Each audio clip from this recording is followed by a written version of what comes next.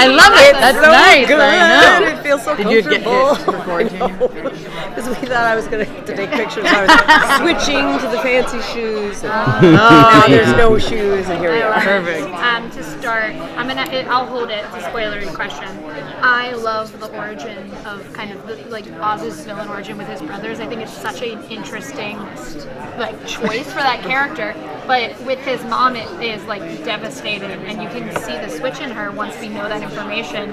How is it for you as an actor to build a character knowing that the audience is not going to understand what happened in that relationship until way later into the season? Oh, it's so great. It's so great because you do feel like you have this secret thing, and it's a trope. We know the expectation is oh yeah, his mom never gave him the love he needs, and because she's whatever, withholding marriage perhaps, but to be building on that trope and know that I had the secret of no, it's not that simple at all. You're going to find out that in fact I'm offering him more than most people would offer him. I'm more present in a funny way. But so you had that story fighting the utter charm of Colin playing Oz. So I loved him so much, and I loved him in the moment so much, and Frances loves him so much in the moment. And then there's this other thing which is underneath, which is a real hatred and a real understanding of when you talk about nature nurture, she had to look and see that she actually did have the devil, and she could unleash him into the worgot, or she could protect the world from him. And because she, you saw the kid, yeah. What are you going to do? he gets to live. He got to live. Yeah, so, but to have that secret brewing all the time, it was great. I think a lot of times you have to have that secret, and that you'll take that secret to your grave. It's not going to be in the writing of the thing. But this time, the writing was so much more extreme than anything that I could have made up. So it was really thrilling, and just to follow Lauren's logic all the way through. And sometimes I would call her up and I'd be like, "Really?" And she'd be like, "Yes, really." Okay, here we go. It's a fantastic answer. Just to kind of piggyback off of that a little bit too, I'm kind of wondering, how do you feel his mother's presence, what does she represent in his life? We saw pretty early in the season, where he feels there's a measure of disappointment, and it's completely flipped. So what sort of measure of reasoning or just position, or what does the mother represent in his life? Even in that very first scene, she looks at him and says, so he laughed at you, and that's your justification for killing him. That could be the end of it. And she's like, no, you have to take it another step. You have to look at your own nature, which I happen to know because of the backstory, is very, very dark and very heartless in a way. And you're a sociopath. And I know it. You don't know I know it, but I know it.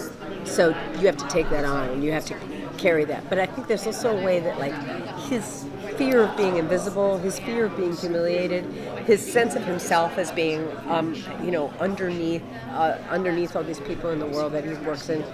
The driver, for Christ's sake. He runs their nightclub, for Christ's sake. She's like, oh, you want to talk about being invisible? You want to talk about being humiliated? Be me my whole life. I turned it into a weapon, and that's what you are going to do. So in a funny way, she's teaching him the lesson that most women already know.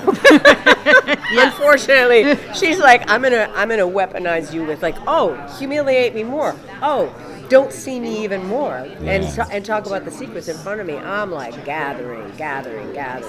So I think she gives him those wiles, but she also teaches him how to control, how his humiliation-o-meter works. Humiliation-o-meter, I just made that up. Thank you so much. Thank you. Did we do it? You guys look like you guys look exhausted. I'm sorry. I know I am, but you guys are like. I know. So I really personally appreciate not bringing awareness to dementia, and it's really hard watching her get worse and worse throughout, throughout the season. Like, can you kind of talk about that? Like, Well, yeah. I mean, I unfortunately know more than, a lot of people I know about it, but I know more than I would like to know about it. Just my dad had it, my mom's got it now. It's a thing. And my dad probably had exactly what she had, misdiagnosed as Alzheimer's, which happens a lot. Like Lewy body dementia is a fairly, people are just beginning to become clear about the difference between that and Alzheimer's and Parkinson's. So anyway, she has that very particular thing that I learned all this stuff about. I felt a responsibility to talk about that well in being Frances.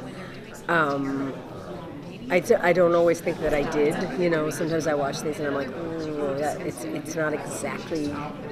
I was lucky to find a nurse, a PT nurse for Parkinson's who let me, and people who let me into their homes to watch them doing their PT sessions. I unfortunately also know a bunch of people with Parkinson's, so I knew the feel of that, and I knew the feel of the Lewy body.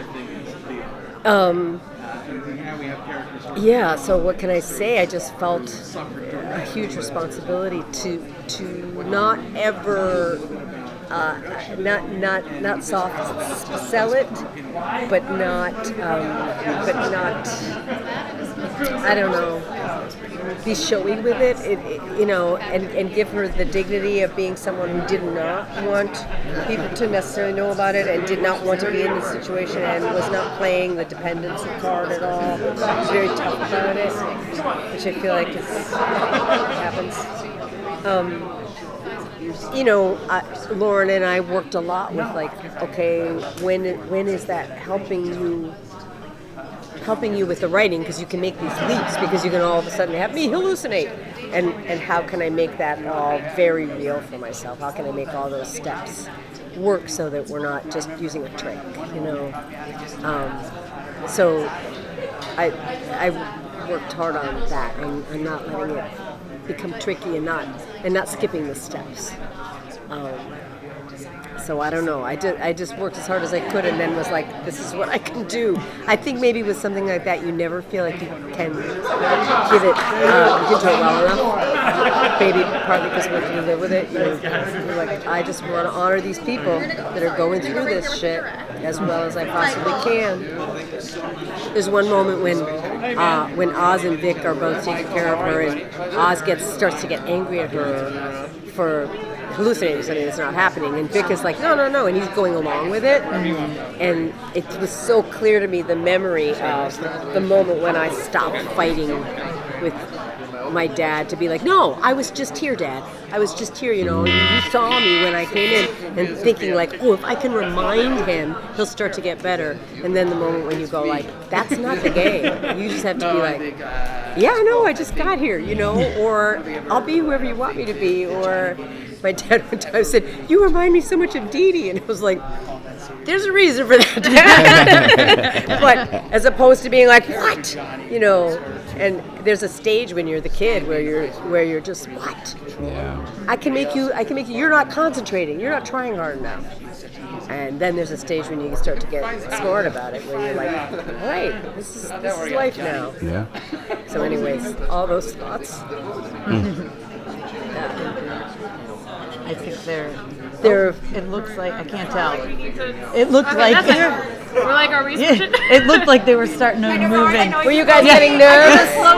Yeah, we're like, oh. Just pretend we're not more? here. So I'm getting up. One more? Thank you so much. Thank you so much. Thank you guys.